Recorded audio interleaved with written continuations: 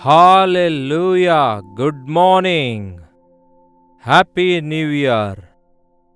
ದೇವರ ಮಹಾಕೃಪೆಯಿಂದ 2025ನೇ ವರ್ಷವನ್ನು ದಾಟಿ 2026ನೇ ವರ್ಷಕ್ಕೆ ಪ್ರವೇಶಿಸಿದ್ದೇವೆ. ದೇವರ ದಯೆಯ ಕಿರೀಟದಂತೆ ಕರ್ತನು ನಮಗೆ ಮತ್ತೊಂದು ನೂತನ ವರುಷವನ್ನು ಅನುಗ್ರಹಿಸಿದ್ದಾರೆ. 365 ದಿನಗಳು ತನ್ನ ಆಶೀರ್ವಾದಗಳೊಂದಿಗೆ, ದಿವ್ಯದಾನಗಳೊಂದಿಗೆ, ಪ್ರಣಾಳಿಕೆಗಳೊಂದಿಗೆ, ಆಲೋಚನೆಗಳೊಂದಿಗೆ ಫುಲ್ಲಿ ಪ್ಯಾಕ್ಡ್ ಗಿಫ್ಟ್ ಆಗಿ ನಮಗೆ ಕೊಟ್ಟಿದ್ದಾರೆ ಪ್ರಿಯರೇ.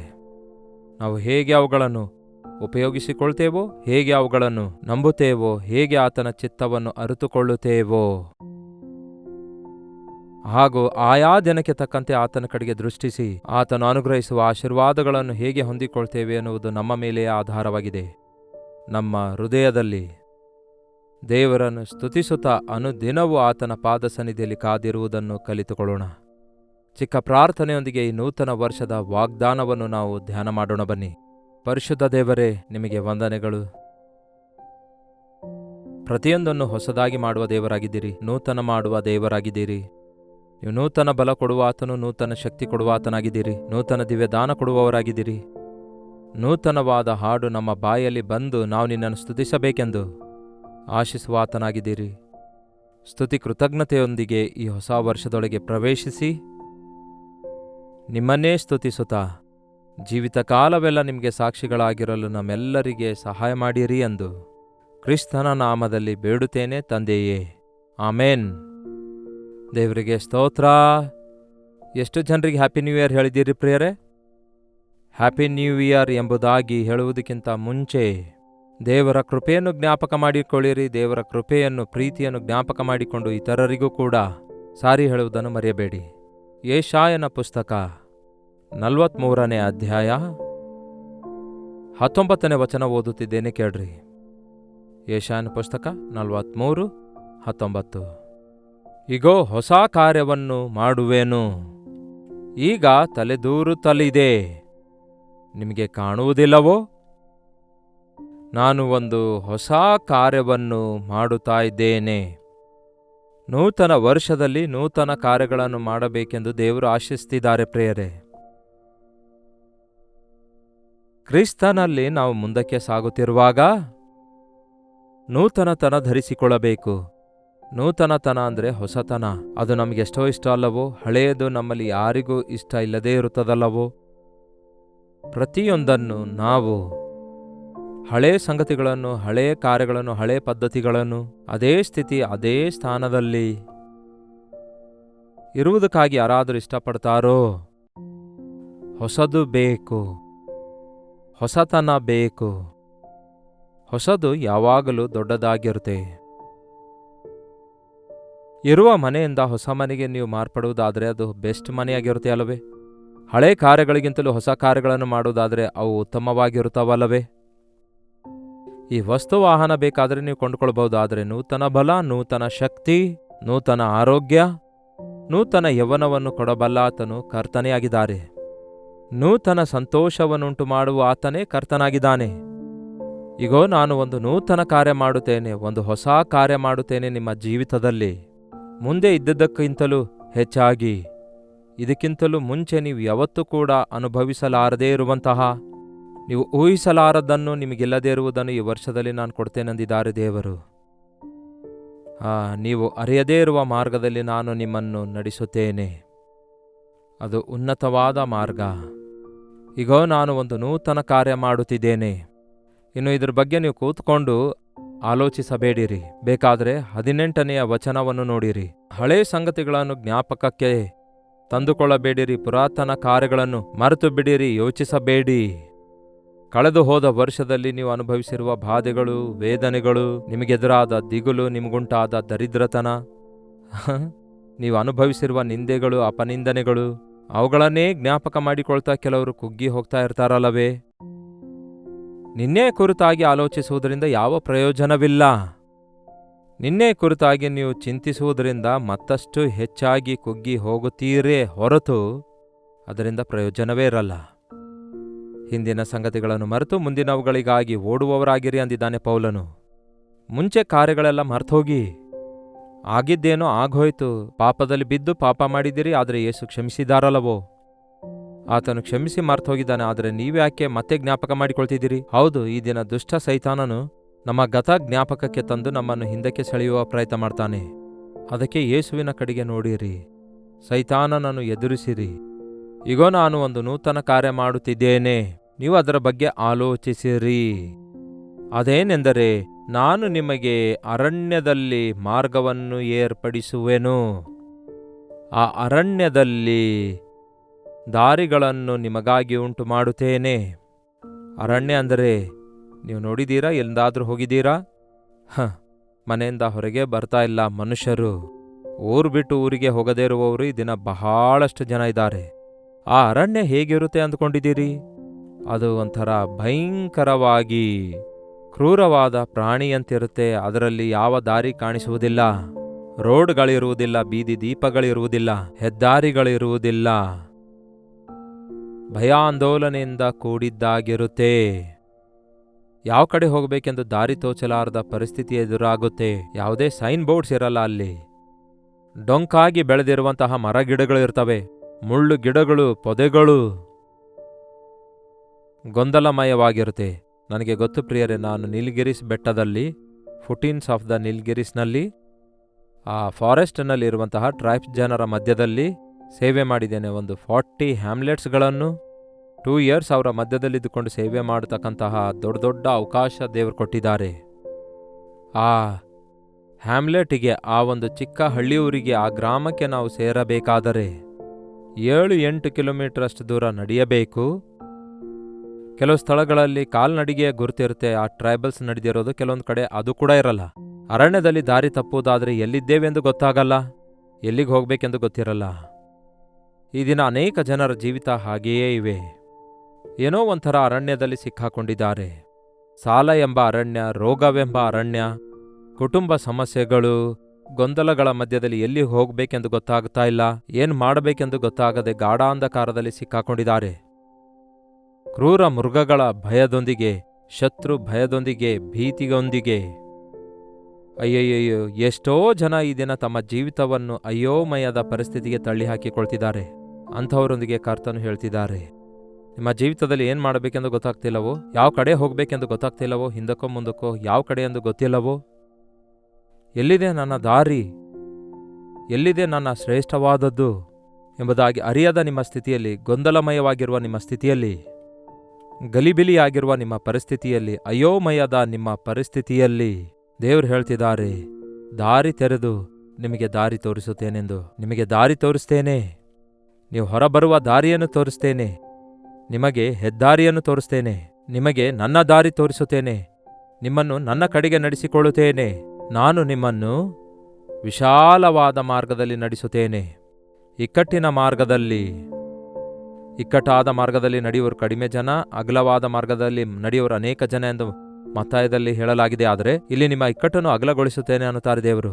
ಅಂದರೆ ನಿಮ್ಮ ಕೊರತೆಗಳೆಲ್ಲ ನೀಗಿಸುತ್ತೇನೆ ಅನ್ನುತ್ತಾರೆ. ನಿಮ್ಮ ಕಣ್ಣೀರು, ನಿಮ್ಮ ಶತ್ರು ಭಯದಿಂದ ನಿಮ್ಮನ್ನು ಬಿಡಿಸಿ ನಿಮ್ಮನ್ನು ದೇವರ ಮಾರ್ಗದಲ್ಲಿ ನಡೆಸುತ್ತೇನೆ ಅನ್ನುತ್ತಿದ್ದಾರೆ.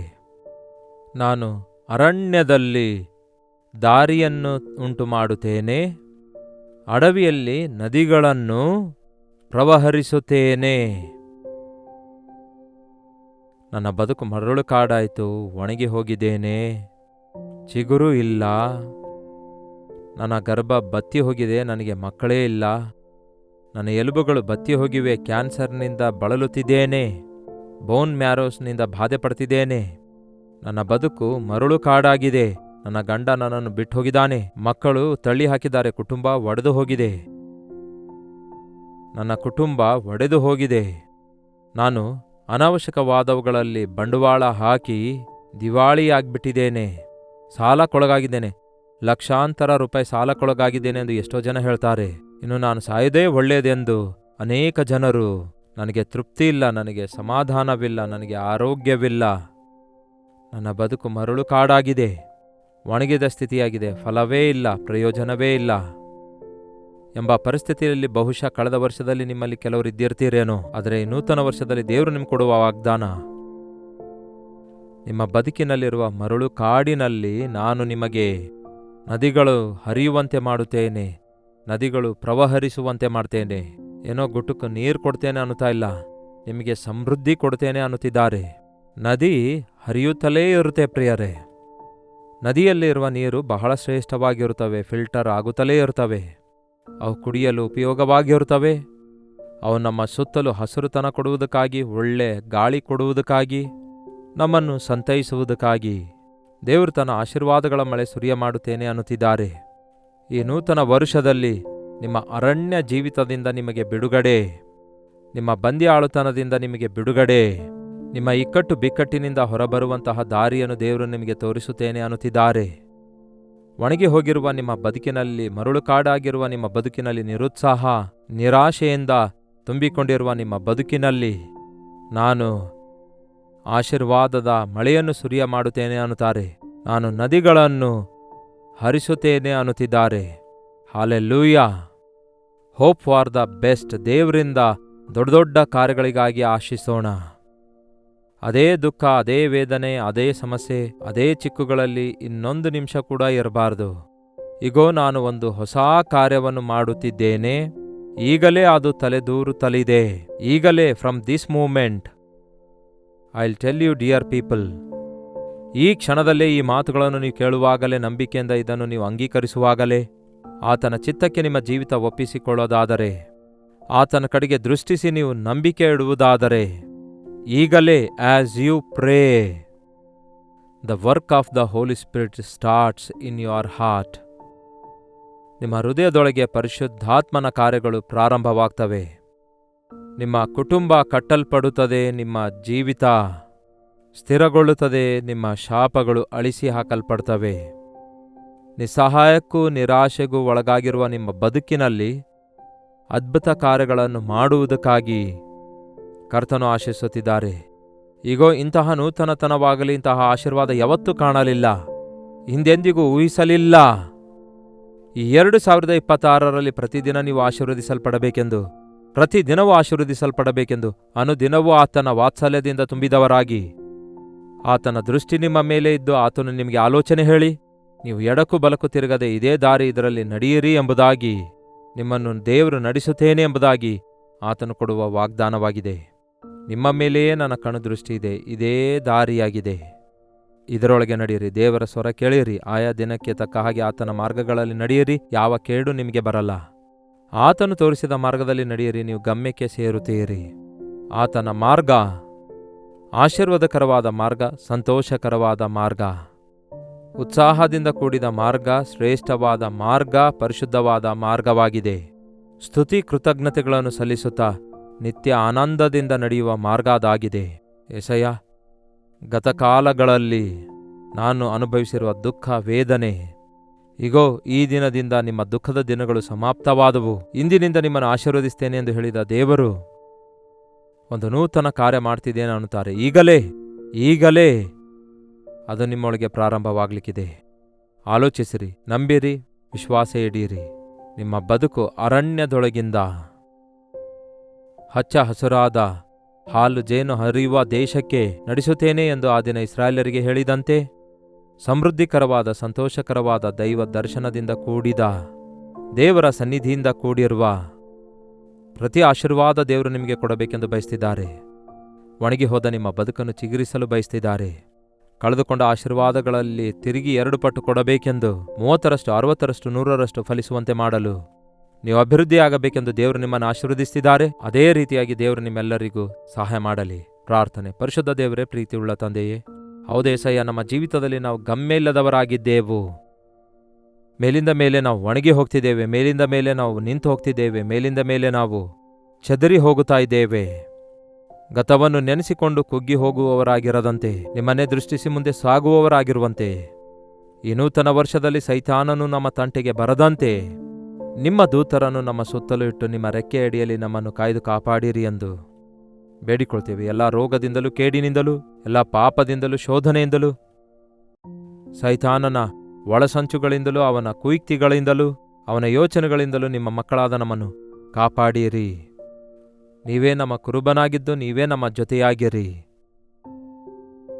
ನಿಮ್ಮನ್ನೇ ಹಿಂಬಾಲಿಸುತ್ತಾ ಫಲಿಸಿ ಅಭಿವೃದ್ಧಿ ಆಗುತ್ತಾ ನಮ್ಮ ಸುತ್ತಲೂ ಇರುವವರಿಗೆ ಆಶೀರ್ವಾದಕರವಾಗಿರುವ ಹಾಗೆ ಈ ಅನುದಿನದ ಧ್ಯಾನ ವೀಕ್ಷಿಸುವ ಪ್ರತಿಯೊಬ್ಬರಿಗೂ ಕೂಡ ಆಶೀರ್ವದಿಸಿರಿ ಎಂದು ಕ್ರಿಸ್ತನ ನಾಮದಲ್ಲಿ ಬೇಡುತ್ತೇನೆ ತಂದೆಯೇ, ಆಮೇನ್. ನಮ್ಮ ತಂದೆಯಾದ ದೇವರ ಪ್ರೀತಿಯೂ ಮಗನಾಗಿರುವ ಕ್ರಿಸ್ತನ ಕೃಪೆಯೂ ಆದರಣೆಕರ್ತನಾದ ಪವಿತ್ರಾತ್ಮನ ಸಹವಾಸವು ಕೂಡಿ ಬಂದಿರುವ ನಮ್ಮೆಲ್ಲರ ಸಂಗಡ ಇಂದಿಗೂ ಸದಾಕಾಲಕ್ಕೂ ನೆಲೆಯಾಗಿರಲಿ. ಆಮೇನ್. ದೇವರಿಗೆ ಸ್ತೋತ್ರ. ನೀವು ಎಲ್ಲಿಂದ ವೀಕ್ಷಿಸ್ತಾ ಇದ್ದೀರಿ ಎಂದು ನಿಮ್ಮ ಹೆಸರು ಊರು ಲೈವ್ ಚಾಟ್ನಲ್ಲಿ ಬಂದು ಟೈಪ್ ಮಾಡಿರಿ. Happy new year once again. May God bless you abundantly. May God guide you according to His will in every step of your life. ನಾವು ನಿಮಗಾಗಿ ಪ್ರಾರ್ಥಿಸ್ತಿದ್ದೇವೆ, ನೀವು ಕೂಡ ನಮಗಾಗಿ ಪ್ರಾರ್ಥಿಸಿ. ಈ ನೂತನ ವರ್ಷದಲ್ಲಿ ದೇವರು ಆಶಿಸಿದ ಸ್ಥಾನಕ್ಕೆ ನಾವು ಸೇರಿಕೊಳ್ಳುವ ಹಾಗೆ. Doctor Jayapal Kannada YouTube channel ಇನ್ನೂ ಸಬ್ಸ್ಕ್ರೈಬ್ ಮಾಡಿಕೊಳ್ಳದಿದ್ದರೆ ಸಬ್ಸ್ಕ್ರೈಬ್ ಮಾಡಿಕೊಂಡು ಲೈಕ್ ಮಾಡಿ ಶೇರ್ ಮಾಡುವುದನ್ನು ಮರೆಯಬೇಡಿ. ಇತರರಿಗೂ ಕೂಡ ಶೇರ್ ಮಾಡುವವರಾಗಿರಿ.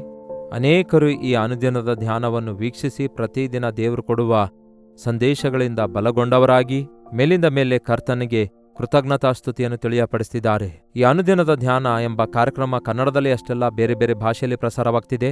ನಮ್ಮ ಟೆಲಿವಿಷನ್ ಹಾಗೂ ಸೋಷಿಯಲ್ ಮೀಡಿಯಾ ಮಿನಿಸ್ಟ್ರಿಗೋಸ್ಕರ ಕೂಡ ಪ್ರಾರ್ಥನೆ ಮಾಡಿ. ಕರ್ತನು ನಿಮಗೆ ಕೊಟ್ಟಿರುವಂತಹ ಸಭೆಗಳಿಗೆ ಈ ದಿನ ನ್ಯೂ ಇಯರ್ ಆರಾಧನೆಗೆ ತಪ್ಪದೆ ಹೋಗಿ ಪಾಲ್ಗೊಳ್ಳುವವರಾಗಿರಿ. ಯಾಕೆಂದರೆ ಈ ದಿನ ಜನವರಿ 1ನೇ ತಾರೀಕು ವಿಶೇಷ ಆರಾಧನೆಗಳು ಸಭೆಗಳಲ್ಲಿ ಇದ್ದೇ ಇರ್ತವೆ.